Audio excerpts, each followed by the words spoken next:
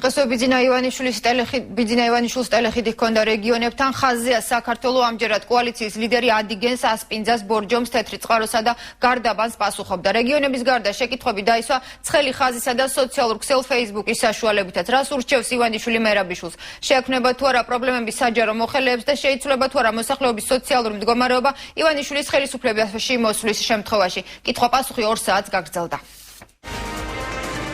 მეცხრე არხის საარჩევნო პროექტის ფარგლებში კოალიცია ქართული ოცნების ლიდერმა ბიძინა ივანიშვილმა საპარლამენტო არჩევნებამდე ტელეხიდით უკვე მეორედ ისარგებლა. მან ამჯერად 5 რეგიონის მოსახლეობის შეკითხვებს უპასუხა: ადიგენი, ასპინძა, ბორჯომი, თეთრი წყარო და გარდაბანი. იმ შემთხვევაში თუ ბიძინა ივანიშვილი ხელისუფლებაში მოვა, გაუმჯობესდება თუ არა მოსახლეობის მდგომარეობა. ეკნებათ თუ არა მათ გზა, წყალი, ელექტროენერგია, სამუშაო ადგილები და საწარმოები. ივანიშვილმა მოსახლეობის შეკითხვებს ასე უპასუხა: მინიმუმ 3 წლის განმავლობაში გვირდებით, თქვენ გექნებათ უფასო ტექნიკა, მოხუნა, მოთესვა, მოსავლის მოყვანა და ბაზრამდე მიტანაც.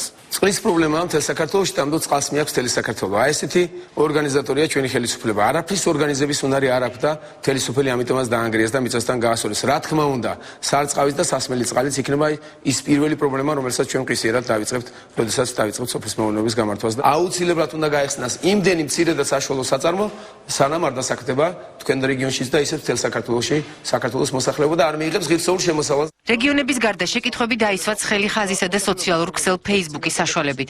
ერთ-ერთი შეკითხვა პრემიერ-მინისტრ ვანო მერაბიშვილსა და ბიძინა ივანიშვილის ურთიერთობებს ეხებოდა. შეკითხვის ავტორს აინტერესებდა, ეხმარება თუ არა პრემიერი ოცნების ლიდერს ხელისუფლებაში მოსვლაში.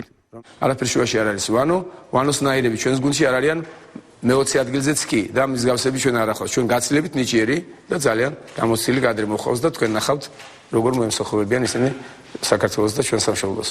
ეხლა ვანო ვაშკაცობს და ვანო ლაბარაკიც ისწავლა. მე ვთქვი რამდენჯერმე ეს ტელევიზიით მას უჭირდა როგორც იცით თქვენ და თვითონაც არ მალავდა ეს და აი ბანანის რესპუბლიკაშიც კარგად ჩანს რომ ეს არ არის ახალი მოგონილი.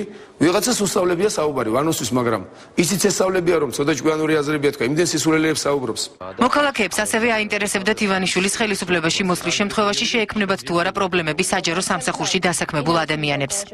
ჩვენ პირდებით საჯარო მოხელეებს აბსოლუტური უმრავლესობას, რომ საჯარო მოხელეების აბსოლუტური უმრავლესობა შეენარჩუნებს საკუთარ სამუშაო ადგილებს და უფრო მეტიც მათ რეალური პერსპექტივა გაუჩნდებათ, არა თუ შეენარჩუნონ, არამედ გააზარდონ თავისი შემოსავალი.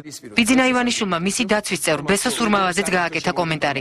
კოალიციის ლიდერი დარწმუნებულია, რომ დაცვის თანამშრომლებზე ხელისუფლება ზეწოლას ახორციელებს და სურმავას ვიდეო ჩანაწერიც მუქარის შედეგადაა მოპოვებული.